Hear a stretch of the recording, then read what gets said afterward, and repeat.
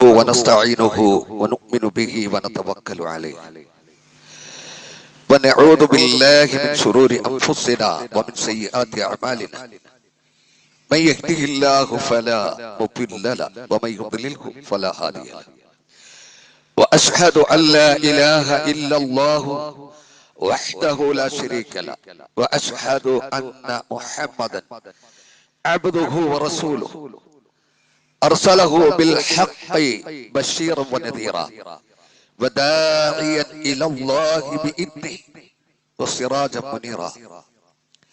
اللهم صل على محمد وعلى آل محمد كما صليت على إبراهيم وعلى آل إبراهيم إنك حميد مجيد. اللهم بارك على محمد وعلى آل محمد كما باركت على إبراهيم وعلى آل إبراهيم إنك حميد مجيد. أما بعد فإن خير الكلام كلام الله وخير السنن سنن محمد صلى الله عليه وسلم وشر الأمور محدثاتها وكل محدثة بدعة وكل بدعة ضلالة وكل ضلالة في النار.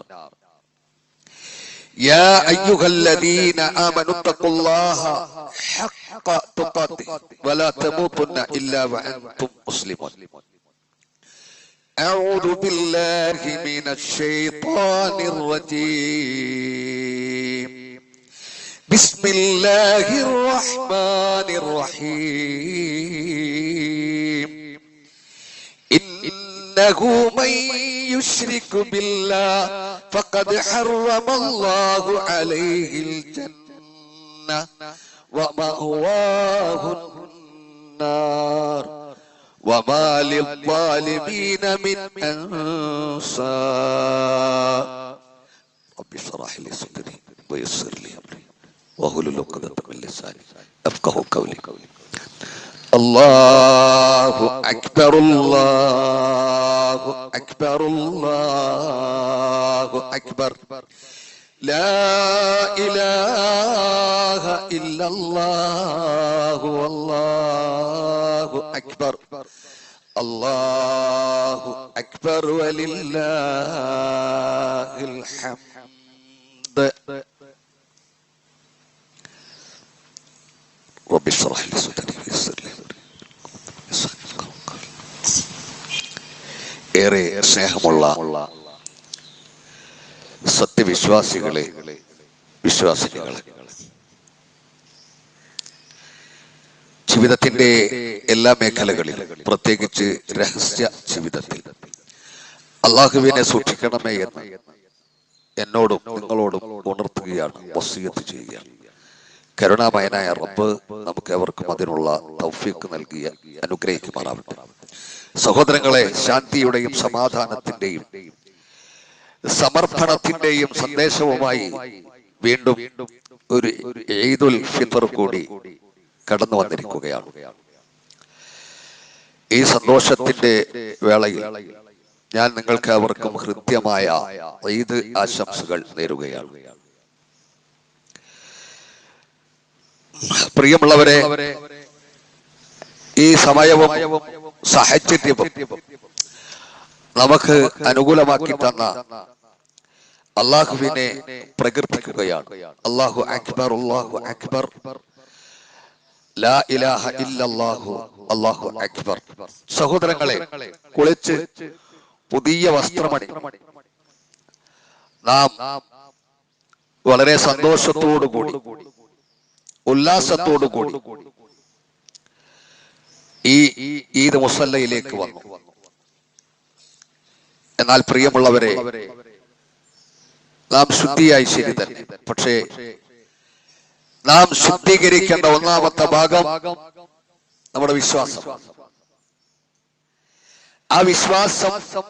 ആ വിശ്വാസത്തിൽ മാലിന്യം കലർന്നാൽ, അത് ദുഷിച്ചു പോയാൽ അമലുകൾക്ക് പ്രസക്തിയില്ല. ഏറ്റവും വലിയ മാലിന്യം എന്ന് പറയുന്നത് ശിർക്കാണ്. ആ ശിർക്കിന്റെ ഗൗരവം മനസ്സിലായില്ല എങ്കിൽ നാം ഇവിടെ മുഴക്കിയ തക്ബീറിന് എന്ത് പ്രസക്തിയാണുള്ളത്? അല്ലാഹു അക്ബർ അല്ലാഹു അക്ബർ എന്ന് ഞാനും നിങ്ങളും ഉരുവിടുമ്പോൾ എന്താണ് അതിന്റെ അർത്ഥം? അല്ലാഹുവേ, നീയാണ് മഹാൻ, നീയാണ് വലിയവൻ. മനസ്സിലായില്ലേ? നീയാണ് വലിയവൻ. ഇത് പറയുമ്പോൾ നമ്മൾ ചിന്തിക്കണം, ഈ പ്രപഞ്ചത്തിലേക്ക് നാം ഒന്ന് കൺപായിക്കണം. ഈ പ്രപഞ്ചത്തിൽ പടച്ച റബ്ബ് ഒരുക്കി വെച്ചിട്ടുള്ള സംവിധാനങ്ങളെ കുറിച്ച്, അവന്റെ അപാരമായ സൃഷ്ടി പ്രക്രിയകളെ കുറിച്ച് ഒന്ന് വിലയിരുത്തണം. അള്ളാഹു നമുക്ക് വിവേകം തന്നില്ലേ, ബുദ്ധി തന്നില്ലേ? എന്തിന്? നാം നമ്മുടെ ശരീരത്തിലേക്ക് തന്നെ ഒന്ന് മടങ്ങുക. ഒരു വേള നാം നമ്മുടെ ശരീരത്തെ കുറിച്ച് തന്നെ ഒന്ന് ചിന്തിക്കുക.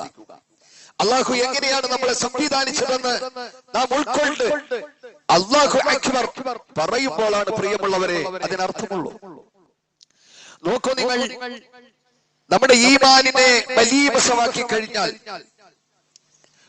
അമലുകൾക്ക് പ്രസക്തിയില്ല. അള്ളാഹു പറഞ്ഞു, ഇന്നഹു മൻ യുശ്രിക് ബില്ലാഹ് ഫഖദ് ഹറമല്ലാഹു അലൈഹിൽ ജന്ന വമഅവാഹു നാർ. ആരാണോ അള്ളാഹുവിൽ പങ്കു ചേർത്തവൻ, അവന്റെ സർവ്വ അമലുകളും പൊളിഞ്ഞു പോകും. അവന് നിഷിദ്ധമാണ് സ്വർഗം. സ്വർഗം നിഷിദ്ധമാകും. മാത്രമല്ല അവന്റെ സങ്കേതം നരകമാണ്. അതെ, സ്വർഗം നിഷിദ്ധമായവന്റെ സങ്കേതം ഏതായിരിക്കും? അത് ഘോരഭയങ്കരമായിരിക്കും, കത്തിച്ചൊളിക്കുന്ന നരകാഗ്നിയായിരിക്കും. അതുകൊണ്ട് ഓരോ മുസ്ലിം ഓരോ നമസ്കാരത്തിന് ശേഷവും മുഹമ്മദ് മുസ്തഫ നബി കരീം സല്ലല്ലാഹു അലൈഹി വസല്ലമ പഠിപ്പിച്ച നാം ഉരുവിടുന്ന പ്രാർത്ഥനയില്ലേ, അല്ലാഹുമ്മ ലാ മാനിഅ ലിമാ അഅതൈത വലാ മുഅതിയ ലിമാ മനഅത. അല്ലാഹുവേ, നീ നൽകുന്നത് തടയാൻ ആരുമില്ല, നീ തടഞ്ഞത് നൽകാൻ ആരുമില്ല. സുബ്ഹാനല്ലാഹ്, എത്ര മനോഹരമാണ് അല്ലേ? അല്ലാഹുവേ, നീ നൽകുന്നത് തടയാൻ ആരുമില്ല, നീ തടഞ്ഞത് നൽകാനും ആരുമില്ല. പടച്ച റബ്ബല്ലാതെ ഒരു സൃഷ്ടിയോടും ഒരു തേട്ടവും വരുന്ന പ്രിയമുള്ളവരെ, ഒരു സൃഷ്ടിക്ക് മുമ്പിലും നാം കുമ്പിടാൻ പാടില്ല. ഖബറുകൾ കെട്ടി ഉയർത്തരുത്, അതിനെ പച്ചപ്പട്ടിട്ട് മൂടരുത്, അവിടെ നിലവിളക്കുകൾ തെളിയിക്കരുത്, ഏലസുകൾ ശരീരത്തിൽ ബന്ധിക്കരുത്. പ്രിയമുള്ളവരെ, അല്ലാഹുവിന് വേണ്ടിയല്ലാതെ ബലിയറുക്കാൻ പാടില്ല. റബ്ബിനോടല്ലാതെ, റബ്ബിന്റെ പേരിലല്ലാതെ സത്യം പാടില്ല. മുഹമ്മദ് മുസ്തഫ നബി കരീം സല്ലല്ലാഹു അലൈഹി വസല്ലം പറഞ്ഞു, ആരാണോ അല്ലാഹു അല്ലാത്തവരുടെ പേരിൽ സത്യം ചെയ്യുന്നവൻ, അവൻ അല്ലാഹുവിൽ പങ്കു ചേർത്തു. നമ്മൾ സാധാരണ എന്റെ ഉമ്മയാണ്, അല്ലാഹുവിനെ കുറിച്ച് കുറെ സത്യം ചെയ്യും, പോരാ, ഒരു ബലമില്ല. എന്റെ മക്കളെ തന്നെ സത്യം, അല്ലെങ്കിൽ എന്റെ ഉമ്മയെ തന്നെ, അതിനേ ബലമുള്ളൂ അല്ലേ? അരുത് പ്രിയമുള്ളവരെ. അങ്ങനെ ചെയ്താൽ അല്ലാഹു സുബ്ഹാനഹു വ തആലയ്ക്ക് മുൻപിൽ നാം ചെയ്യുന്ന അമലുകൾക്കൊരു പ്രസക്തിയുമില്ല. മനസ്സിലായില്ലേ? അതുകൊണ്ട് ഈ കറകളഞ്ഞ വിശ്വാസത്തിലേക്ക് നാം മടങ്ങുക, അഥവാ അതിൽ അടിയുറച്ചു നിൽക്കുക. എങ്കിൽ നമുക്ക് പ്രഖ്യാപിക്കാൻ അവകാശമുണ്ട്, അല്ലാഹു അക്ബർ, അല്ലാഹു അക്ബർ, അല്ലാഹു അക്ബർ, അല്ലാഹു അക്ബർ, ലാ ഇലാഹ ഇല്ലല്ലാഹ്, അല്ലാഹു അക്ബർ. പ്രിയമുള്ളവരെ, നാം വിശ്വാസികളാണ്. പരിശുദ്ധ ഖുർആൻ നമ്മെ വിളിച്ചത് യാ അയ്യുഹല്ലദീന ആമനു, അല്ലയോ മുഅ്മിനീങ്ങളെ, അല്ലയോ വിശ്വാസികളെ. നമ്മുടെ ഇലാഹ് ഒരേ ഒരു ഇലാഹാണ് അല്ലേ? നമ്മുടെ വേദഗ്രന്ഥം ഒരേ ഒരു ഗ്രന്ഥമാണ്. നമ്മുടെ ഖിബല ഒരേ ഒരു ഖിബലയാണ്. നമ്മുടെ പ്രവാചകൻ ഒരേ ഒരു പ്രവാചകനാണ്. എന്നാൽ ഈ സമുദായത്തിന്റെ അവസ്ഥയൊന്ന് കണ്ണോടിക്കൂ. എത്ര തട്ടുകളിലാണ് നാം? വിവിധ തട്ടുകളിലല്ലേ നാം ഇല്ലേ? വ്യത്യസ്തങ്ങളായ ആശയങ്ങൾ പേർന്നവരല്ലേ നാം? വളരെ വേദന തോന്നുന്നു. പലർക്കും പരസ്പരം മിണ്ടാൻ പറ്റുന്നില്ല ഇല്ലേ? ഒന്ന് ആത്മാർത്ഥമായി പുഞ്ചിരിക്കാൻ പോലും സാധിക്കുന്നില്ല. എന്തിന്? ഒന്ന് മനസ്സറിഞ്ഞ് സലാം ചൊല്ലാൻ പോലും പറ്റുന്നില്ല. ഇനി സലാം ചൊല്ലിയാൽ തന്നെ പലരും മടക്കില്ല. ഇതാണ് ഉമ്മത്തിന്റെ അവസ്ഥ. അല്ലാഹു നമ്മെ കാത്തിരക്ഷിക്കുമാറാവട്ടെ. പ്രിയമുള്ളവരെ, പരസ്പരം തലാഖിന്റെ വക്കീലെത്തിയ ഭാര്യ ഭർത്താക്കന്മാരില്ല ഇവിടെ? ഉണ്ട് ഇല്ലേ? പരസ്പരം അകന്ന് കഴിയുന്ന കുടുംബാദികളില്ലേ ഇവിടെ? സഹോദരനും സഹോദരിയും ഇല്ലേ ഇവിടെ? എന്തിന്? മാതാപിതാക്കളോട് പോലും അകന്ന് കഴിയുന്ന മക്കളില്ലേ ഇവിടെ? ഉണ്ട്. പരസ്പരം സലാം പറയാത്ത കുടുംബാദികൾ എത്ര പേരുണ്ട്? എന്തിനാ അവർ പിണങ്ങിയത്? എന്തിനാ പിണങ്ങി നിൽക്കുന്നത്? എന്തിനാ അവർക്കിടയിൽ വിള്ളലുണ്ടായത്? ഒരു തുണ്ട് ഭൂമിയുടെ പേരിൽ, അതല്ലെങ്കിൽ അല്പം നാണയത്തൊട്ടുകളുടെ പേരിൽ അല്ലേ? അല്ലേ സഹോദരങ്ങളെ? അതല്ലെങ്കിൽ നമ്മുടെ ഗർവിന്റെ പേരിൽ, അഹങ്കാരത്തിന്റെ പേരിൽ, പൊങ്ങച്ചത്തിന്റെ പേരിൽ, ഒട്ടും താഴാൻ മനസ്സില്ലാത്തതിന്റെ പേരിൽ. അതുകൊണ്ട് പരസ്പരം തെറ്റി നിൽക്കുന്നവരെ, ബന്ധം മുറിച്ചവരെ കേട്ടോളൂ. നമ്മുടെ നേതാവ് മുഹമ്മദ് മുസ്തഫ നബി കരീം സല്ലല്ലാഹു അലൈഹി വസല്ലം പറഞ്ഞു, ലാ യഹില്ലു ലിമുസ്ലിം, ഒരു മുസ്ലിമിന് അനുവദനീയമേ അല്ല, ഒരു മുസ്ലിമിന് അനുവദനീയമേ അല്ല അൻ യഹ്ജുറ അഖാഹു ഫൗക സലാസ് ലയാൽ, 3 ദിവസത്തിൽ കൂടുതൽ തന്റെ സഹോദരനുമായി പിണങ്ങി നിൽക്കുക എന്നത് ഒരു മുസ്ലിമിന് അനുവദനീയമേയല്ല. ഇനി ആരെങ്കിലും അങ്ങനെ തന്റെ സഹോദരനോട് 3 ദിവസത്തിൽ കൂടുതൽ അകന്നു നിന്നാൽ, പിണങ്ങി നിന്നാൽ, കോപത്തിലാണോ, ദേഷ്യത്തിലാണോ, വെറുപ്പിലാണോ കഴിയുന്നതെങ്കിൽ ആ സമയത്താണ് മലക്കുൽ മൗത്ത് തേടി വരുന്നതെങ്കിൽ അവൻ നരകത്തിലായിരിക്കും. എത്ര ഗൗരവമാണ് പ്രിയമുള്ളവരെ. ഇത് മുഹമ്മദ് മുസ്തഫ നബി കരീം സല്ലല്ലാഹു അലൈഹി വസല്ലം പഠിപ്പിച്ചതാണ്. പിന്നെ എന്തിനാ നാം 1 മാസക്കാലം പട്ടിണി കിടന്നത്? എന്തിനാ നാം 1 മാസക്കാലം അള്ളാഹുവിന്റെ മുൻപിൽ കണ്ണുനീർ വാർത്തത്? എന്തിനാ പ്രിയമുള്ളവരെ നാം 1 മാസക്കാലം വിശുദ്ധ ഖുർആനിനെ നെഞ്ചോട് ചേർത്ത് അതിനെ രാപ്പകൽ ഭേദമന്യേ പാരായണം ചെയ്തത്? എന്തിനാ രാത്രികളിൽ നിന്ന് നമസ്കരിച്ചത്? വിഷമുണ്ടായില്ലേ നിന്ന് നമസ്കരിക്കുമ്പോ? ചൂടിന്റെ കാഠിന്യം എല്ലാ പള്ളികളിലും ഇല്ലേ? സഹിച്ചില്ലേ നാം? എന്തിനാ ഇതൊക്കെ ചെയ്തത്? ഇതൊക്കെ പാഴാക്കാനോ സഹോദരങ്ങളെ? അതുകൊണ്ട് അകൽച്ചയിൽ കഴിയുന്ന ആളുകൾ മനസ്സിലാക്കുക, അത്തരം ആളുകൾ തിരിച്ചറിയുക, പടച്ചറബ് അവരുടെ കർമ്മങ്ങൾ മാറ്റിവെക്കും. റബ്ബിന്റെ സ്വർഗ്ഗകവാടം അവർക്കായി തുറക്കപ്പെടുകയില്ല. മാറ്റി നിർത്തും, അവരെ അകറ്റി നിർത്തും, അവർ രഞ്ജിപ്പിലെത്തുന്നത് വരെ.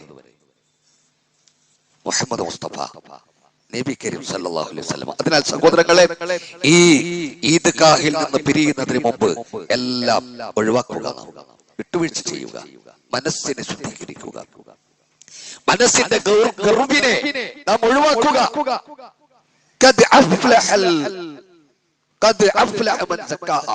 ആരാണോ തന്റെ ആത്മാവിനെ, മനസ്സിനെ ശുദ്ധീകരിച്ചവൻ അവൻ വിജയിച്ചു എന്നാണ്.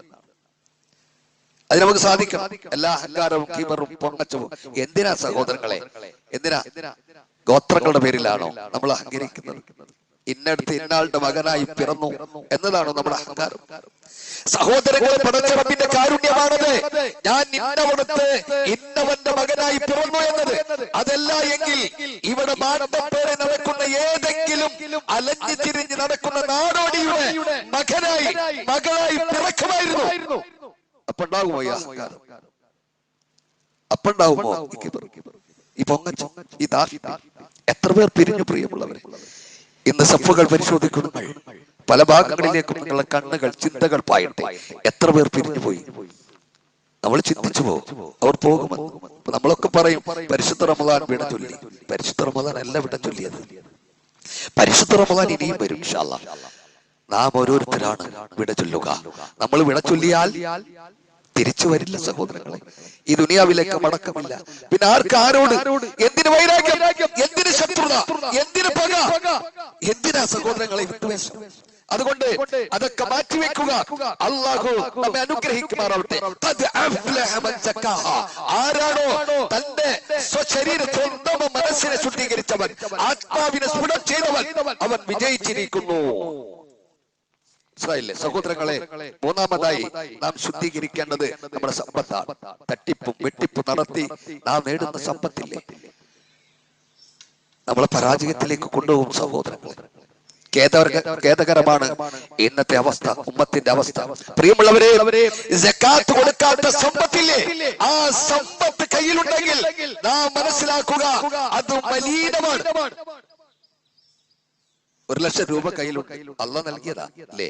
2.5% പാവപ്പെട്ടവന്റെ അവകാശമാണെന്ന് പഠിപ്പിച്ചു. കൊടുത്തില്ലേ എങ്കിൽ ആ 97,500 അശുദ്ധമായി.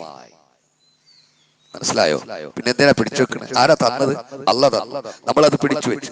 അതുകൊണ്ട് എല്ലാവിധ സാമ്പത്തികമായിട്ടുള്ള ചൂഷണങ്ങളിൽ നിന്നും വിശ്വാസി സമൂഹമേ വിട്ടുനിൽക്കുക. അള്ളാഹുവിനെ സൂക്ഷിക്കുക. മനസ്സിലായില്ലേ? പലിശവൻ പാപമാണ്. വ്യഭിചാരത്തെക്കാൾ കള്ളുകുടിയേക്കാൾ പാപമായിട്ട് മുഹമ്മദ് മുസ്തഫ നബി കരീം സല്ലല്ലാഹു അലൈഹി വസല്ലം പഠിപ്പിച്ചു. റസൂലുള്ളാഹി പറഞ്ഞു, പലിശക്ക് 70 പരം ഇനങ്ങളുണ്ട്. ഇതിൽ ഏറ്റവും താഴെ ഉള്ളത് ഏതാ? സ്വന്തം മാതാവിനെ ഭാര്യയാക്കുന്നതിന് തുല്യമാണ്. അള്ളാഹു കാത്തിരക്ഷിക്കട്ടെ. നമുക്ക് ഗൗരവമുണ്ടോ പ്രിയമുള്ളവർ? ഗൗരവമുണ്ടോ? നമ്മൾ വീട് പണിയും പലിശയാണ്. നമ്മൾ വാഹനം മേടിക്കും പലിശയാണ്. അരുത് സഹോദര എന്ന് പറഞ്ഞാൽ പിന്നെ എങ്ങനെ ജീവിക്കും? ഇവിടെ വീട് വെക്കണ്ടേ, താമസിക്കണ്ടേ, വാഹനമില്ലാതെ പുറത്തിറങ്ങാൻ പറ്റും? നിങ്ങൾ തരുമോ 1 ലക്ഷം രൂപ? ചോദ്യമാണ്. ചോദ്യം പ്രസക്തമല്ലേ? ആലോചിച്ചു സഹോദര. പുതിയ വീട് പണിതു, അതിലേക്ക് കാലെടുത്ത് വെക്കുന്നതിന് മുമ്പ് നിർജീവമായ ശരീരം കിടക്കേണ്ടി വന്ന എത്ര പേരുണ്ട്? ഇല്ലേ? ആ വീട്ടിലേക്ക് ആദ്യമായി എത്തുന്ന വാഹനം 6 കാലുള്ള കട്ടിലാണ്. അതിൽ നിന്നെ വഹിച്ചു കൊണ്ടുപോകും. ആരുണ്ട് സഹായത്തിന്? അവിടെ ഇനി ആയും നടക്കുമോ? ഇല്ല. അള്ളാഹിനോട് പറഞ്ഞിട്ട് കാര്യമുണ്ടോ? റബ്ബേ, ഞാൻ ഉപേക്ഷ വരുത്തിയ കർമ്മങ്ങളൊക്കെ ചെയ്തോളാം, നന്നായിക്കോളാം റബ്ബേ. അള്ള പറയും വേണ്ട,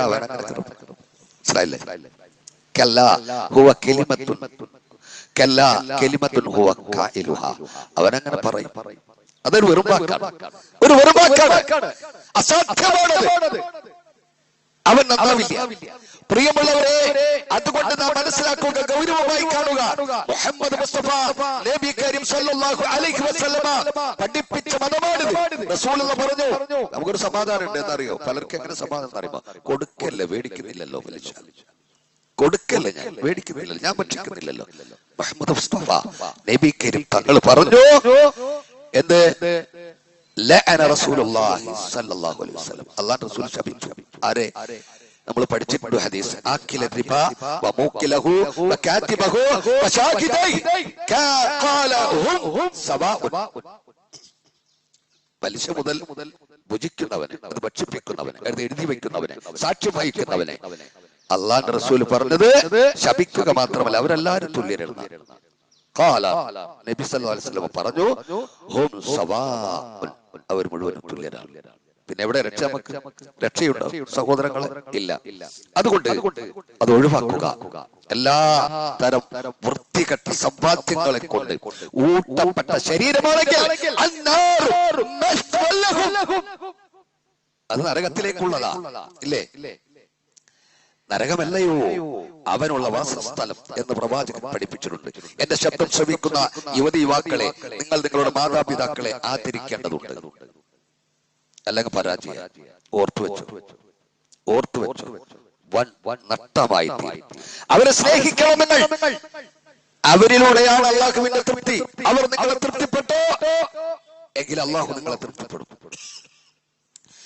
അവരുടെ മനോമുഖങ്ങളിൽ നിങ്ങളെ കുറിച്ച് ഉറപ്പാണോ അള്ളാഹു നിങ്ങളെ വെറുക്കും.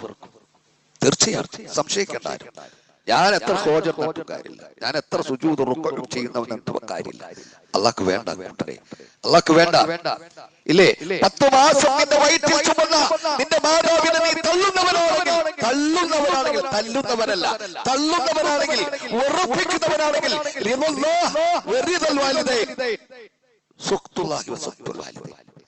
മാതാപിതാക്കളുടെ തൃപ്തിയിലാണ് അള്ളാഹുവിന്റെ തൃപ്തി. അവരുടെ കോപത്തോടാണ് അല്ലാഹുവിന്റെ കോപം. പ്രിയമുള്ളവരെ, അവർ നഷ്ടപ്പെട്ടു കഴിഞ്ഞാൽ സ്നേഹിക്കുന്ന മാതാപിതാക്കൾ അഥവാ സ്നേഹിക്കുന്ന മക്കളാണെങ്കിൽ കണ്ണീരായിരിക്കും. അവരുടെ സ്മരണകളിൽ അവരുടെ ആ ഓർമ്മകൾ അലട്ടിക്കൊണ്ടിരിക്കും. മനസ്സിലായില്ലേ? അതുകൊണ്ട് നല്ല മക്കളാകുക.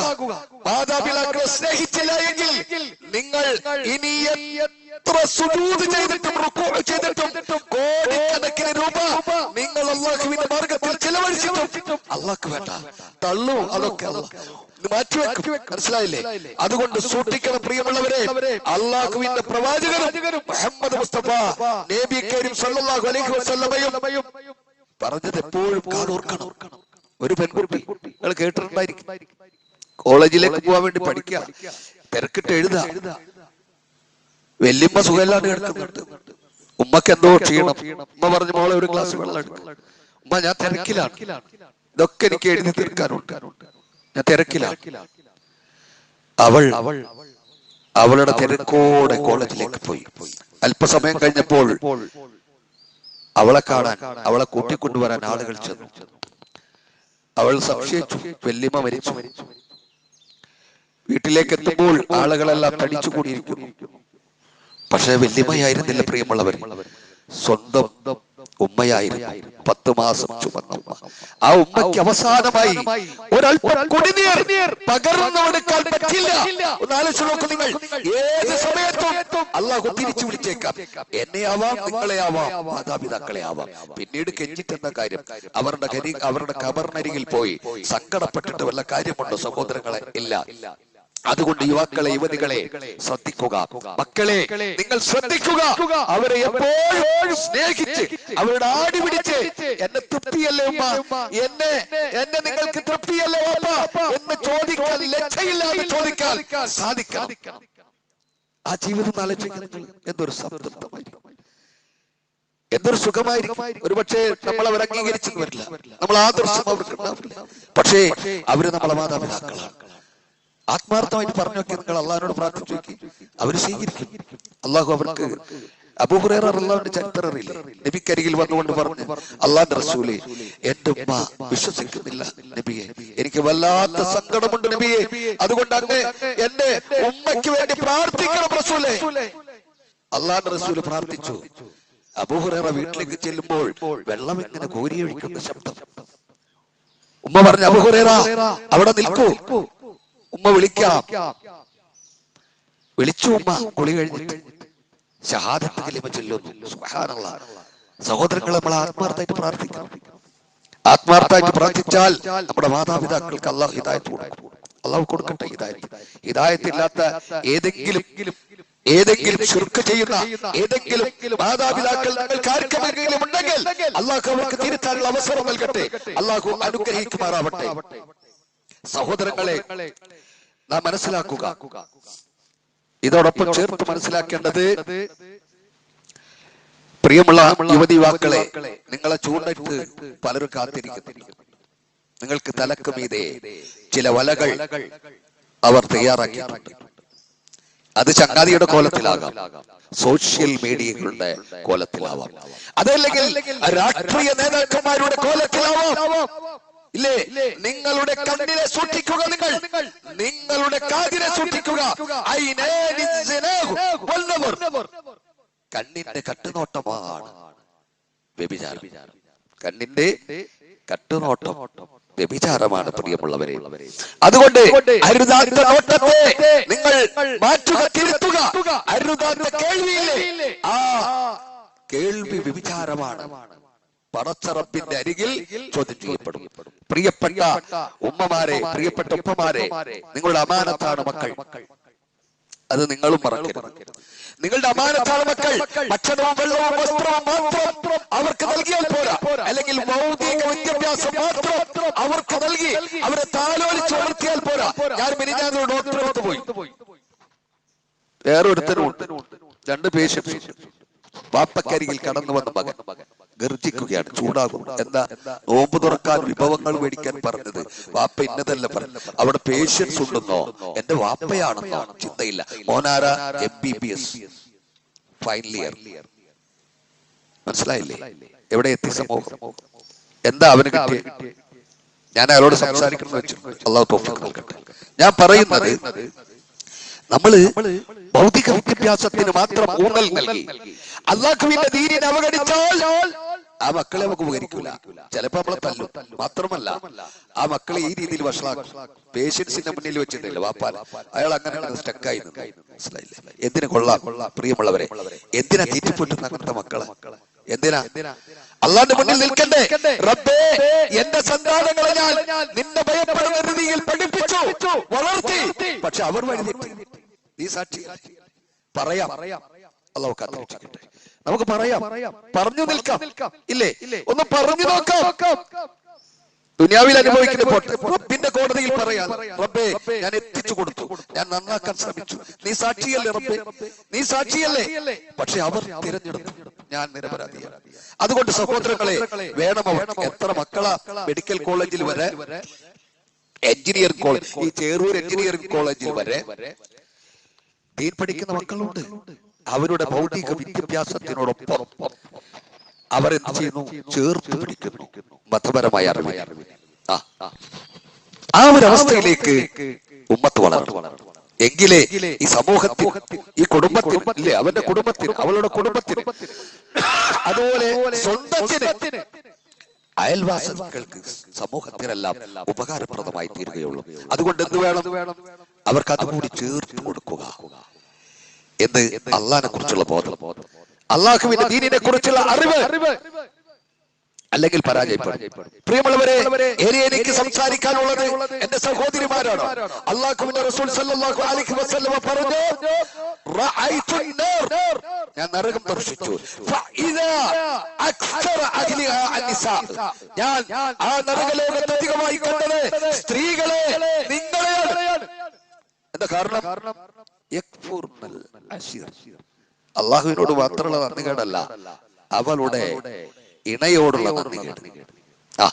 ഉദ്ദേശിച്ച ബ്രാൻഡ് കിട്ടിയില്ലെങ്കിൽ നിങ്ങളല്ലെങ്കിലും അങ്ങനെ തന്നെയാ, എന്ത് പറഞ്ഞാലും ഇങ്ങനെ തന്നെ. അതുവരെ 99 ഐറ്റംസും വാങ്ങിക്കൊടുത്തത് വിസ്മരിക്കും, നന്ദികേട് പറയും. മനസ്സിലായില്ലേ? അതുകൊണ്ട് സഹോദരിമാരെ, നിങ്ങൾ സൂക്ഷിക്കുക. ഇനിയും പ്രവാചകൻ സല്ലല്ലാഹു അലൈഹി വസല്ലം പറഞ്ഞു, സ്ത്രീകൾ വസ്ത്രം ധരിച്ച നഗ്നകളായ ചില പെണ്ണുങ്ങളുണ്ട്. അവർ ധരിച്ചിട്ടുണ്ട്, പക്ഷേ അവർ ധരിക്കാത്തവരെ പോലെയാണ്. റസൂലുള്ളാഹി പറഞ്ഞു, വനിസാഉൻ കാസിയാതുൻ ആരിയാതുൻ മാഇലാതുൻ റൂസുഹുന്ന കഅസ്ലിമത്തിൽ ബുഖ്തിൽ മാഇല. ചില പെണ്ണുങ്ങളുണ്ട്, അവരെങ്ങനെ അറിയുമോ? അവരിങ്ങനെ ചാഞ്ഞും ചെരിഞ്ഞും നടക്കുന്ന, വസ്ത്രം ധരിച്ച നഗ്നകളായ പെണ്ണുങ്ങൾ, ഒട്ടകത്തിന്റെ പൂഞ്ഞ പോലെ ചായുന്ന സ്ത്രീകൾ. ഇല്ല, അവർക്ക് സ്വർഗമില്ല എന്ന് മാത്രം പറഞ്ഞവിടെ നിർത്തിയില്ല, അവർക്ക് സ്വർഗത്തിന്റെ പരിമളം പോലും ആസ്വദിക്കാൻ പറ്റില്ല. സുബ്ഹാനല്ലാഹ്. അല്ലാഹു കാത്തിരിക്കട്ടെ സഹോദരിമാരെ, അല്ലാഹു കാത്തിരിക്കട്ടെ. ഇല്ലേ എന്റെ പ്രിയപ്പെട്ട സഹോദരിമാർ, സൂക്ഷിക്കുക. അന്യ പുരുഷരെ ആകർഷിക്കാൻ വേണ്ടി നാം വില കൊടുത്തു വാങ്ങുന്ന വസ്ത്രമില്ലേ, അനിസ്ലാമിക വസ്ത്രം, നമ്മളെ നടത്തവും നമ്മെ കാത്തിരിക്കുന്ന നരകമാണെന്നോർത്തോ, അതുമൂലം നമ്മെ കാത്തിരിക്കുന്ന നരകമാണെന്നോർത്തോ. പരിശുദ്ധ റമളാനിൽ പോലും മുസ്ലിം പെൺകുട്ടികൾ റോഡിലൂടെ നടക്കുന്നത് കണ്ടാൽ നെഞ്ചിടിപ്പ് വർദ്ധിക്കും, പ്രയാസം വരും. ഒരു വിശ്വാസിയുടെ മനസ്സത ഇല്ലേ? എന്റെ ചെറിയ മോള് പോലും വന്നിട്ട് പറഞ്ഞു, അപ്പ റോഡിലൂടെ പെൺകുട്ടികൾ ചുണ്ടിൽ ചോപ്പ് കളറും തേച്ച് അവരിങ്ങനെ വിലസുന്നത് കണ്ടപ്പോഴേ പ്രയാസം തോന്നി വാപ്പ. മനസ്സിലായില്ലേ? ടൈറ്റ് ജീൻസ് പാന്റോ, പിന്നെ കൊറിയൻ വസ്ത്രമൊക്കെ ഇപ്പോ, ഷോർട്ട് ടീഷർട്ട്, ഇതൊക്കെ ധരിച്ചിട്ട് ഷോൾ കഴുത്തിലൂടെ ചുട്ടിയിട്ട് ഇങ്ങനെ വിലസുകയാണ്. ഏത് നോമ്പ് തുറക്കുന്ന സമയത്ത്. മനസ്സിലായോ? എവിടെ എത്തി മുസ്ലിം? പിന്നെ എങ്ങനെ നമ്മൾ പരീക്ഷിക്കപ്പെടാതിരിക്കും? പിന്നെ എങ്ങനെ നമ്മളെ പിടികൂടാതിരിക്കും? അല്ലാഹു കാത്തിരക്ഷിക്കട്ടെ, അല്ലാഹു കാത്തിരക്ഷിക്കട്ടെ. സഹോദരങ്ങളെ, ആത്മാർത്ഥമായി പ്രാർത്ഥിക്കണം. ഈ സമൂഹത്തിന്റെ നന്ദികേടാണ് പടച്ച റബ്ബിൽ നിന്ന് പലപ്പോഴും പല ശിക്ഷകളും കടന്നു വരുന്നു. വെറുതെയല്ല, നന്ദി കെട്ടവരായി നാം മാറുമ്പോൾ അല്ലാഹു നമ്മെ പരീക്ഷിക്കും. സഹോദരങ്ങളെ, സഹോദരിമാരെ, അറിയുക, ഹിജാബ് എന്നത് കേവലം ഒരു തുണിക്കച്ചമല്ല, അല്ല, അത് നിന്റെ റബ്ബിന്റെ നിയമമാണ്. അത് തഖ്വയുടെ വസ്ത്രമാണ്, നിന്റെ സൃഷ്ടാവിന്റെ നിയമമാണ്, നിന്നെ നരകാഗ്നിയിൽ നിന്ന് പ്രതിരോധിക്കുന്ന ഒരു പരിചയമാണ്. തെറ്റിദ്ധരിച്ചു പോയോ? ഒരു തുണിക്കഷ്ണം അങ്ങനെ ആരെങ്കിലും കണ്ട് ജൽപ്പിച്ചാൽ അതിനെ ഫോളോ ചെയ്യലല്ല വിശ്വാസികൾ വേണ്ടത്, വിശ്വാസിനികൾ വേണ്ടത്. ഇതെന്റെ റബ്ബ് എനിക്ക് അനുവദിച്ച് എനിക്ക് നിർബന്ധമാക്കിയ തഖ്വയുടെ വസ്ത്രമാണ്. ആ രീതിയിൽ വളരണം. മനസ്സിലായില്ലേ? അത് ജീവിതത്തിന്റെ ഭാഗമായി മാറണം. എന്നും ചേർത്ത് വയ്ക്കാനുള്ളത് നിന്റെ മരണം വരെ, നിന്റെ മരണം വരെ അത് ചേർത്ത് വയ്ക്കാൻ സാധിക്കും. സഹോദരങ്ങളെ, ശക്തമായ ചൂടിലാണ് നാം ഇപ്പോൾ നിലകൊള്ളുന്നത്. ഇല്ലേ? എങ്ങോട്ട് തിരിഞ്ഞാലും എവിടേക്ക് നോക്കിയാലും 4 ആൾ കൂടുന്നുണ്ട്. എല്ലാവരുടെ ചുണ്ടിയിലും ഒരേ ഒരു മന്ത്രം. എന്താണ്? ഓ, എന്തൊരു ചൂടാ, അല്ലെ? ശക്തമായ ചൂട്. അള്ളാന്റെ കാരുണ്യം കിട്ടും നമുക്കൊക്കെ. അള്ളാനെ മറക്കണ്ട. കാരണം അറിയുമോ, ഈ പരിശുദ്ധ റമദാനിൽ അതിശക്തമായ ചൂടിൽ, വെന്തുരുകുന്ന ചൂടിൽ നമുക്ക് വല്ലതും വരുത്തിയ അള്ളാ. ഒന്ന് ആലോചിക്കുക മുസ്ലിമിന്റെ പ്രത്യേകത. സുബ്ഹാനല്ലാഹ്, ഈ ഉമിനീര് മാത്രമല്ലാതെ ഒരു തുള്ളി പാനീയം പോലും ഇറക്കാതെ പ്രഭാതം മുതൽ പ്രദോഷം വരെ നാം പിടിച്ചു നിന്നില്ലേ? അന്ന് അള്ളാഹ് നൽകിയ മഹത്തായ അനുഗ്രഹമാണ്. അൽഹംദുലില്ലാഹ്, അൽഹംദുലില്ലാഹ്, അൽഹംദുലില്ലാഹ് റബ്ബേ, നിനക്കാണ് സർവസ്തുതികളും. എല്ലാവർക്കും പറയാനുള്ളത് ചൂടാണ് സഹോദരങ്ങളെ. ഇതൊക്കെ അള്ളാഹുവിന്റെ ദൃഷ്ടാന്തമാണ്. ചൂടും തണുപ്പും ഭീഷ്മവും വസന്തവും എല്ലാം റബ്ബിന്റെ ദൃഷ്ടാന്തമാണ്. രാത്രി പകലും ഇങ്ങനെ മാറി മാറി വരുന്നതൊക്കെ ബുദ്ധിയുള്ള ആളുകൾക്ക് ദൃഷ്ടാന്തമുണ്ട് എന്ന് അല്ലാഹു ഇല്ലേ? ഈ പകൽ പോയി രാത്രി വരാതിരുന്നാൽ, ഇനി രാത്രി വന്ന് പകല് രാത്രി പോകാതിരുന്ന പകല് വരാതിരുന്നാലോ സാധ്യമാകുമോ? ജീവിതം അസാധ്യമല്ലേ? അപ്പൊ അള്ളാഹുവിന്റെ കാരുണ്യമാണ്. അള്ളാഹു നമുക്ക് പ്രതിരോധിക്കാനുള്ള കൽപ്പും ശേഷിയും നൽകി അനുഗ്രഹിക്കുമാറാവട്ടെ. സൂര്യൻ നമ്മൾ മനസ്സിലാക്കേണ്ടത്, പ്രിയമുള്ളവരെ, ഇതിനേക്കാൾ ശക്തമായ പൊള്ളുന്ന ചൂടിലാണ് നമ്മുടെ പ്രിയപ്പെട്ടവരെ ക്രൂരമായി ആക്രമിച്ചത്. എന്തിന്റെ പേരിൽ അറിയുമോ? വിശ്വാസ സംരക്ഷണത്തിന്റെ പേരിൽ, വിശ്വാസത്തിന്റെ പേരിൽ. മഹാനായ ഖബ്ബാബ് റളിയല്ലാഹു അൻഹു അല്ലാഹുവിൽ വിശ്വസിച്ചു എന്നൊരൊറ്റ കാരണത്താൽ, മുഹമ്മദ് മുസ്തഫ നബി തങ്ങളിൽ വിശ്വസിച്ചു എന്നൊരൊറ്റ കാരണത്താൽ അതിശക്തമായ ചൂടിൽ സൂര്യൻ തീ തുപ്പുന്ന നേരം മണൽത്തരികളെല്ലാം കനൽക്കട്ടകളായ സമയത്ത് വിവസ്ത്രനാക്കി ഇരുമ്പിന്റെ കവചങ്ങൾ അണിയിച്ച് പൊള്ളുന്ന മണലിൽ കൊണ്ടുപോയി നിർത്തി ക്രൂരമായി ആക്രമിക്കുന്നു. ആ സാധുവിനെ ക്രൂരമായി ആക്രമിക്കുന്നു. എന്നിട്ട് ചോദിക്കാം, തളരുമ്പോളേ, അവശനാകുമ്പോളേ, വിറയാർന്ന ചുണ്ടുകളാൽ ഒരു തുള്ളി കുടിനീരിന് വേണ്ടി കേഴുമ്പോൾ ചോദിക്കുന്നു, മുഹമ്മദിനെ കുറിച്ച് എന്ത് പറയുന്നു? മുഹമ്മദോ? മുഹമ്മദ് അള്ളാഹുവിന്റെ ദൂതനാണ്. എന്നെയും നിങ്ങളെയും ഇരുട്ടിൽ നിന്ന് പ്രകാശത്തിലേക്ക് നയിക്കാൻ പടച്ച റബ്ബ് നിയോഗിച്ച അള്ളാഹുവിന്റെ ദൂതനും ദാസനുമാണ്. ക്രൂരമായ ആക്രമണങ്ങൾ അയച്ചു വീണ്ടും. എന്നിട്ട് അദ്ദേഹം തളരുമ്പോൾ വീണ്ടും അരികിൽ ചെന്ന് ചോദിക്കും, ലാത്തയെയും ഉസ്സയെയും കുറിച്ച് എന്ത് പറയുന്നു? ലാത്തയും ഉസ്സയുമോ? അത് രണ്ട് രൂപങ്ങൾ മാത്രം, രണ്ട് വിഗ്രഹങ്ങൾ മാത്രം. കേൾക്കുകയോ കാണുകയോ ഉപകാരമോ അബദ്ധമോ ചെയ്യാൻ സാധിക്കാത്ത രണ്ട് വിഗ്രഹങ്ങൾ മാത്രം. ക്രൂരമായ ആക്രമണം അഴിച്ചുവിടുന്നു. സഹോദരങ്ങളെ, അദ്ദേഹം അവശനായി എന്ന് കാണുമ്പോൾ തിരിച്ചു കൊണ്ടുപോരും. പിന്നെയും ആവർത്തിക്കുന്ന പിറ്റേ ദിവസം ഇല്ലേ? നാം എവിടെ നിൽക്കുന്നു എന്ന് ചിന്തിക്കുക. നമുക്ക് ഈ ചൂടിന്റെ പേര് പറഞ്ഞ് ഒരുപക്ഷെ നമ്മൾ ജമാഅത്ത് ഒഴിവാക്കിയിട്ടുണ്ടാവും. അള്ളാഹു നമുക്ക് പുറത്തു തരട്ടെ. പ്രിയമുള്ളവരെ, നാം ആലോചിക്കുക, എന്തിനു വേണ്ടിയാണ് അദ്ദേഹം സഹിച്ചത്? പാരത്രിക ലോകത്തെ റബ്ബിന്റെ കോടതിയിൽ അവൻ അവിശ്വാസികൾക്കായി ഒരുക്കി വെച്ചിട്ടുള്ള കത്തിച്ചൊലിക്കുന്ന നരകത്തിൽ നിന്ന് രക്ഷപ്പെടാൻ നരകാഗ്നി കൂടുതൽ ചൂടുള്ളതാണ് കേട്ടോ, ശക്തമായ ചൂടാണ്. അതിൽ നിന്ന് രക്ഷപ്പെടാൻ പ്രവാചകൻ ഒരിക്കൽ സഹാബത്തിനോട് പറഞ്ഞു,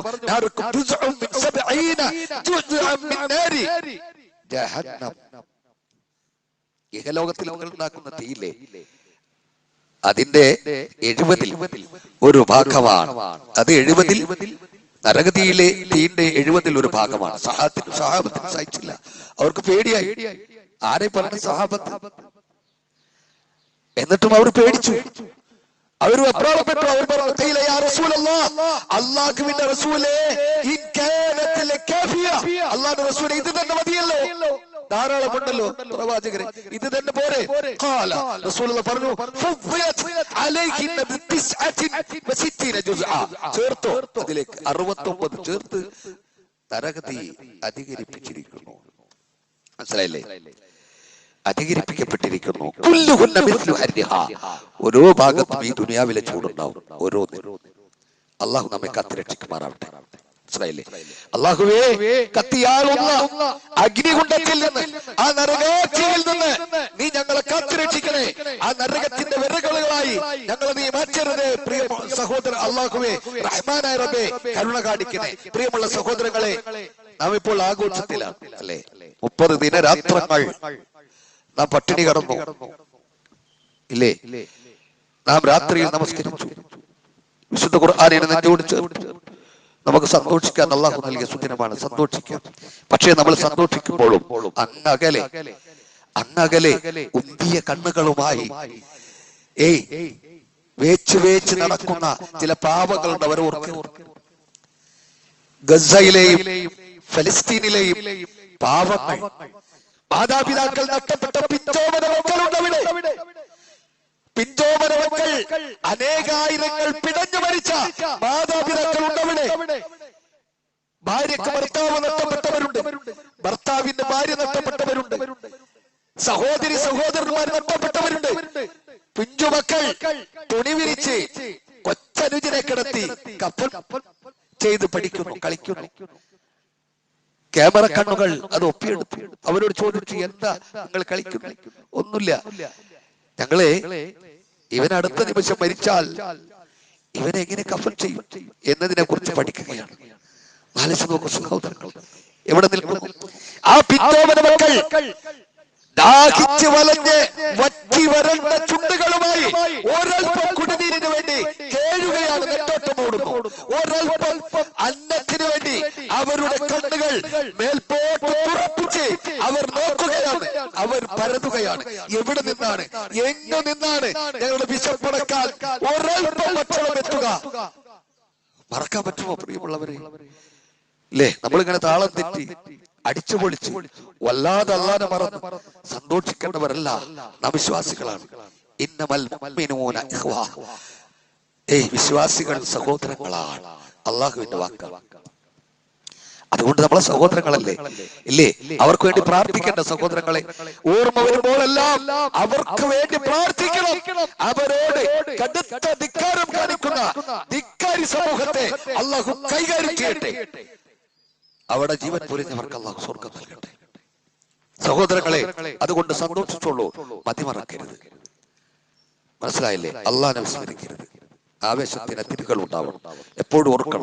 ഇനി നമുക്ക് വരാൻ കിടക്കുന്നു നമ്മള് രണ്ടാമത്തെ ഒരു ചൂട് എന്താണെന്നറിയുമോ? ഇലക്ഷനാണ്.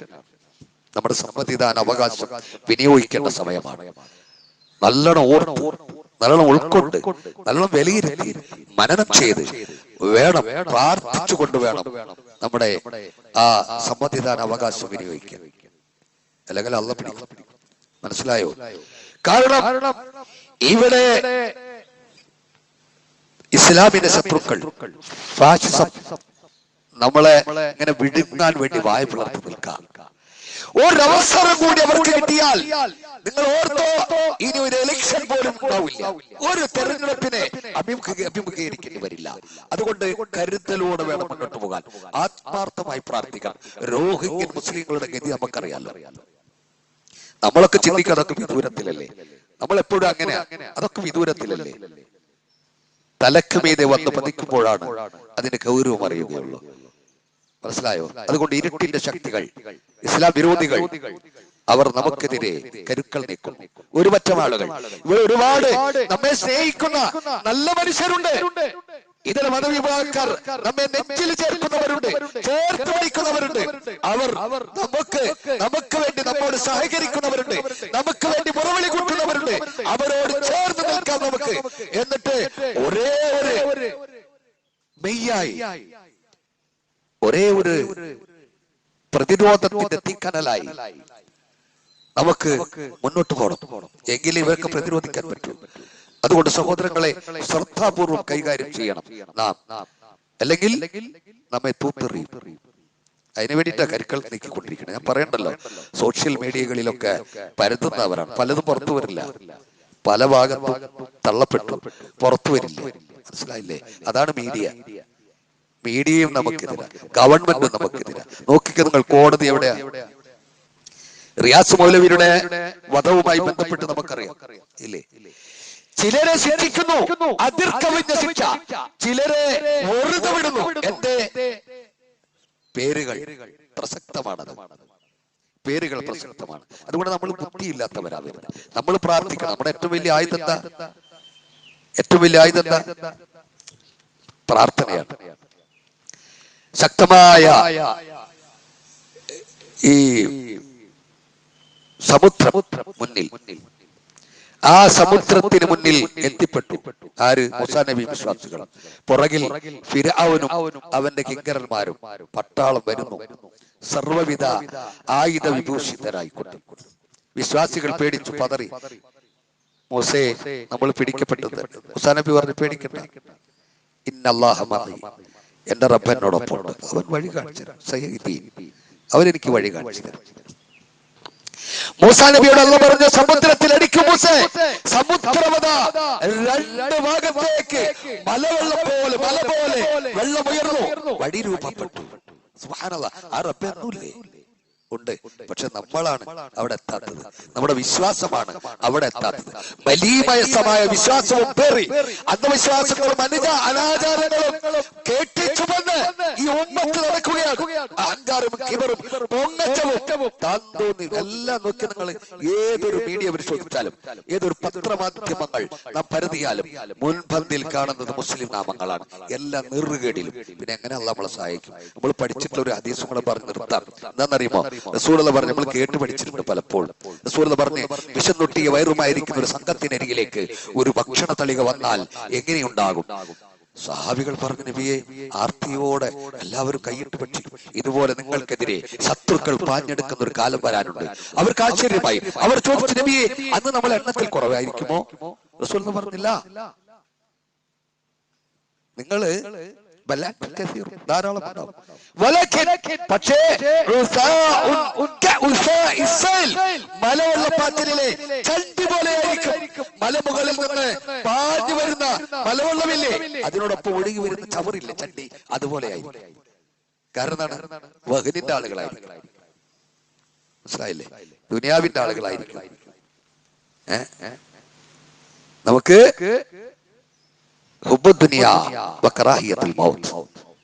ദുനിയാവിനെ സ്നേഹിക്കുന്നവരും മരണത്തെ വെറുക്കുന്നവരായിരിക്കും. സഹാബികൾ അങ്ങനെ ആയിരുന്നില്ല. നബിയെ, ആ യുദ്ധത്തിൽ ഷഹീദായാൽ എനിക്ക് എന്ത് കിട്ടും നബിയെ? സ്വർഗമുണ്ട്. വലിച്ചെറിഞ്ഞു കഴിച്ചുകൊണ്ടിരിക്കുന്ന കാരൊക്കെ എടുത്ത് ചാടും, ഷഹീദാവും. ഇല്ലേ? വാപ്പയും മകനും മദീനയുടെ ഓരത്തുള്ള കുടിലിരുന്ന് സംസാരിക്കാൻ പെട്ടെന്നൊരു ശബ്ദം. മോനോട് വാപ്പ പറഞ്ഞു, സഅദേ, ഒന്ന് നോക്കൂ. ഖൈസമ റളിയല്ലാഹു അൻഹു ആണ് വാപ്പ. പോയി നോക്കി തിരിച്ചു വന്നു. മോൻ വേഗത്തിൽ വന്നു. ചുമരിൽ തൂക്കിയ വാളും പരിചയും കൈകളിലേക്ക്. ഖൈസമ റളിയല്ലാഹു അൻഹു ചോദിച്ചു, എന്ത് പറ്റി മോനെ? എന്താണ് സഅദേ സംഭവിച്ചത്? വാപ്പ, റസൂലുള്ളാഹിയുടെ ക്ഷണാണ് യുദ്ധത്തിന്. ഒരു വീട്ടിൽ നിന്ന് ഒരാളെങ്കിലും പങ്കെടുക്കണം. ഞാൻ പോണു വാപ്പ. വാപ്പ പറഞ്ഞേ, സഅദേ, നിന്റെ വിവാഹം ഇപ്പോഴേ കഴിഞ്ഞിട്ടുള്ളൂ, നീ ചെറുപ്പമാണ്. വാപ്പ വയസ്സായില്ല മോനെ, ഇനി അവസരം ഉണ്ടായിരുന്നു വരില്ല, വാപ്പ പോകാം. സഅദ് റളിയല്ലാഹു അൻഹു പറഞ്ഞു, പറ്റില്ല വാപ്പ, വാപ്പ പ്രായമായി, ഞാൻ ആരോഗ്യമുള്ളവനാണ്, അള്ളാഹുവിന്റെ മാർഗത്തിൽ ഞാൻ യുദ്ധം ചെയ്യാം. തർക്കമായി. എന്തിനാ തർക്കിച്ചത്? ഉമ്മയുടെ സമ്പത്ത് വീതം വെക്കുന്ന പേരില്ല, അധികാരത്തിന്റെ പേരില്ല, അല്ലെങ്കിൽ മറ്റെന്തെങ്കിലും താല്പര്യം അല്ല. തർക്കിച്ചത് എന്തിനാ? തർക്കിച്ചത് സ്വർഗം കിട്ടാനേ, യുദ്ധം ചെയ്യാൻ, ശത്രുക്കളുടെ വാൾമുനയ്ക്ക് മുൻപിലേക്ക് എടുത്തു ചാടാൻ. നമ്മളാണെങ്കിലോ ഓടി ഒളിച്ചിരുന്ന വാപ്പ വേണമെങ്കിൽ എനിക്ക് ഓടില്ല അല്ലേ? വാപ്പയുമാണ് തർക്കം പോട്ടു. അവസാനം നറുക്ക് വീണത് പുന്നാര മകന് സഅദിന്. ചാടി എഴുന്നേറ്റു, വാപ്പിയെ ചേർത്ത് പിടിച്ച് ആലിംഗനം ചെയ്തു, സലാം ചൊല്ലി പോകാണ്. പോകുമ്പോഴേ ആപ്പ ഇങ്ങനെ വേച്ചു വന്നു, ആ വാതിൽക്കൽ നിന്നു. എന്നിട്ട് മോനിങ്ങനെ പോണത് നോക്കുക. എന്നിട്ട് പറഞ്ഞു, റബ്ബേ, എന്റെ മകൻ ഒരു ആപത്ത് വരത്തല്ലേ. നമ്മൾ അങ്ങനെയല്ലേ പ്രാർത്ഥിക്കുക? ഖൈസമ റളിയല്ലാഹു അൻഹു പ്രാർത്ഥിച്ചത് അങ്ങനെയല്ല. റബ്ബേ, എന്റെ മകൻ സഅദ് നിന്റെ മാർഗത്തിൽ പോരടിക്കാൻ പോകുന്നു. റബ്ബേ, എന്റെ മകനെ എനിക്ക് നീ ദുനിയാവിൽ നീ കാണിക്കരുത്, സ്വർഗലോകത്ത് കാണിക്കണം റബ്ബേ, സ്വർഗത്തിൽ കണ്ടുമുട്ടാൻ. മനസ്സിലായില്ലേ സഹോദരങ്ങളെ?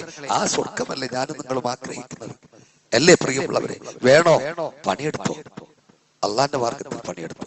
അതുകൊണ്ട് നമുക്ക് പതറാനൊന്നുമില്ല. ഇനി ഏത് വലിയ കുത്തൊഴുക്ക് വരുമ്പോഴും അള്ള പറഞ്ഞത്, നിങ്ങൾ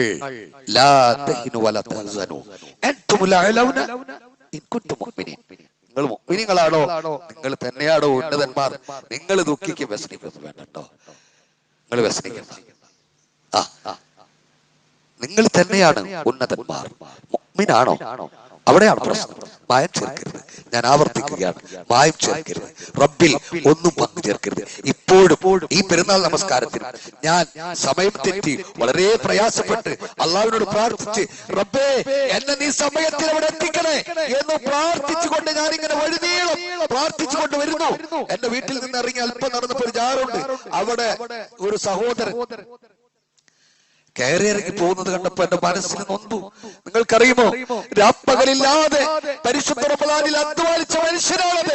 എല്ലാം കൊണ്ടൊന്ന് കൊട്ടിക്കൊടുക്കുന്നു. മനസ്സിലായില്ലേ? റബ്ബല്ലാത്തവരെ ഭരമേൽപ്പിച്ചാൽ ആ ഭരമേൽപ്പിക്കുന്നവർ തകർന്നു പോകും. അതുകൊണ്ട് പ്രിയമുള്ളവരെ, അരുത്. എന്ത് പ്രതിസന്ധി നമുക്ക് നമ്മുടെ ജീവിതത്തിൽ കടന്നു വന്നാലും ഹസ്ബി അല്ലാഹ് വ നിഅമൽ വക്കീൽ, മതി, എനിക്ക് എന്റെ ഭാരങ്ങൾ മുഴുവനും ഏൽപ്പിക്കാൻ, ഇറക്കി വെക്കാൻ എന്റെ റബ്ബ് മതി. ആ ഒരു വിശ്വാസം. വനഹ്നു അഖ്റബു ഇലൈഹി മിൻ ഹബിലിൽ വരീദ്. ആ റബ്ബ് എവിടെയാണ് പ്രിയമുള്ളവരെ? നിങ്ങളുടെ കണ്ടനാടിയേക്കാളും അടുത്തുണ്ട്. വിശുദ്ധ ഖുർആൻ. പിന്നെ എന്തിനാ പതറണം? എന്തിനാ വെപ്രാളപ്പെടണം? അതുകൊണ്ട് സഹോദരങ്ങളെ, യഥാർത്ഥമായ വിശ്വാസത്തെ ചേർത്ത് പിടിച്ച് മുറുക്കെ പിടിച്ചുകൊണ്ട് അള്ളാഹുവിന്റെ മാർഗത്തിൽ കുതിക്കുക. അള്ളാഹു നമ്മൾ സ്വർഗ്ഗാവകാശികളിൽ ഉൾപ്പെടുത്തി അനുഗ്രഹിക്കുമാറാവട്ടെ. നമ്മളെ പാപങ്ങളൊക്കെ അള്ളാഹു നമുക്ക് പുറത്തു തരട്ടെ.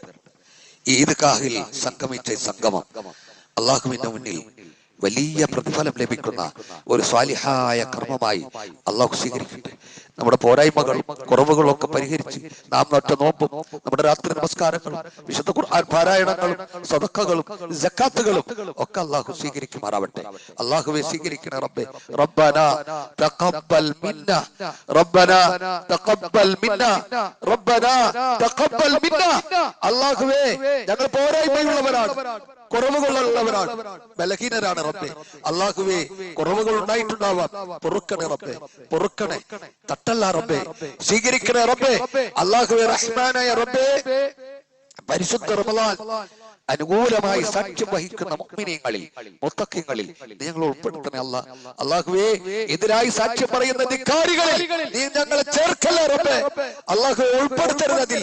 അല്ലാഹുവേ, ഞങ്ങളുടെ സഹോദരങ്ങൾ പലരും ചിലപ്പോൾ ഈ പരിശുദ്ധ റമളാനിനെ അവഗണിച്ചവരുണ്ടാവും. വേദനിക്കരുത് പ്രിയമുള്ളവരെ, വേദനിക്കരുത്. അള്ളാഹു ഏറെ പൊറുക്കുന്നവരാണ്. ഖേദിച്ചു മടങ്ങുക അള്ളാഹുവിലേക്ക്. ഇനിയും അവസരമുണ്ടാവാം. ആ അവസരത്തെ അള്ളിപ്പിടിക്കുക, അണപ്പല്ലുകൊണ്ട് കടിച്ചു പിടിക്കുക. അള്ളാഹു അനുഗ്രഹിക്കുമാറാവട്ടെ. അള്ളാഹു, ഞങ്ങളിൽ പലരും രോഗികളാണ്. മാനസികവും ശാരീരികവുമായ പ്രയാസങ്ങളാൽ നൊമ്പരപ്പെടുന്നവരുണ്ട്. ശമനം നൽകണേ അല്ലാ, ശമനം നൽകണേ അല്ലാ. ഒരു രോഗവും ബാക്കിയാക്കാത്ത ശമനം നൽകി അനുഗ്രഹിക്കണേ റബ്ബേ. അള്ളാഹുവേ, റഹ്മാനായ റബ്ബേ, കടബാധ്യതകൾ മൂലം നീറുന്നവർ ഞങ്ങൾക്കിടയിലുണ്ട് റബ്ബേ. അള്ളാഹുവേ, ആ കടങ്ങളെല്ലാം വീട്ടാനുള്ള ഖൈറും ഹലാലുമായ മാർഗത്തെ ഞങ്ങൾക്ക് എളുപ്പമാക്കി താ റബ്ബേ. അള്ളാഹുവേ, കടക്കാരനായി ഞങ്ങളുടെ ആത്മാവുകളെ നീ പിടികൂടല്ല റബ്ബേ. അള്ളാഹുവെ, പിടികൂടല്ല റബ്ബേ, കടക്കാരനായി കൊണ്ട് പിടികൂടല്ല റബ്ബേ. അള്ളാഹുവെ, റഹ്മാനായ റബ്ബേ, സന്താനങ്ങളില്ലാതെ നീറുന്നവർ, നോവുന്നവർ, പ്രയാസപ്പെടുന്നവർ, നമ്പരപ്പെടുന്നവർ ഞങ്ങൾക്കിടയിലുണ്ട് റബ്ബേ. അള്ളാഹുവേ, നീ അവർക്ക് സാലിഹായ സന്താനങ്ങൾ നൽകി കൺകുളിർമയും പ്രദാനം ചെയ്യണേ.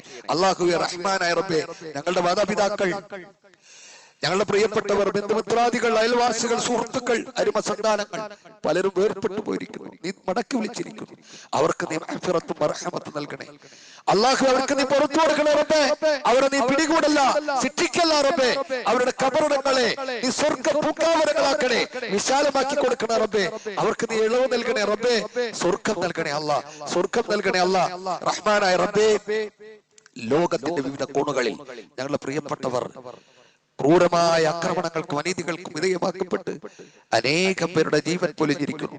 അള്ളാഹുവേ, നീ അവർക്ക് പകരമായി ജന്നത്ത് നൽകണേ, സ്വർഗം നൽകണേ അല്ലാ, സ്വർഗം നൽകണേ അല്ലാ. അള്ളാഹുവേ, റഹ്മാനായ റബ്ബേ, ക്രൂരമായ ധിക്കാരികളുടെ ക്രൂരമായ ആക്രമണത്തിൽ ശരീരത്തിന് മുറിവുകളേറ്റ് വേദനിക്കുന്നവരുണ്ട്, കൈകാലുകൾ വിച്ഛേദിക്കപ്പെട്ടവരുണ്ട്. അള്ളാഹുവേ, നീ അവർക്ക് ശമനവും ശാന്തിയും സമാധാനവും പ്രദാനം ചെയ്യണേ. അവരുടെ കുടുംബങ്ങൾക്ക് സഹിക്കാനുള്ള കരുത്ത് നീ പ്രദാനം ചെയ്യണേ. ശമനം നൽകണേ അല്ലാ. അവരുടെ ഈമാൻ നീ കടുപ്പിക്കണേ അല്ലാ. അള്ളാഹുവേ, ബലവത്താക്കണേ, ശക്തിയുറ്റതാക്കണേ റബ്ബേ. അള്ളാഹുവേ, ധിക്കാരികളുടെ ധിക്കാരങ്ങളെ പ്രതിരോധിക്കാനുള്ള ശേഷി നീ അവർക്ക് നൽകണേ റബ്ബേ. അള്ളാഹുവേ, ധിക്കാരികളുടെ കരങ്ങളെ നീ തടയണേ റബ്ബേ, പിടിച്ചു വെക്കണേ റബ്ബേ.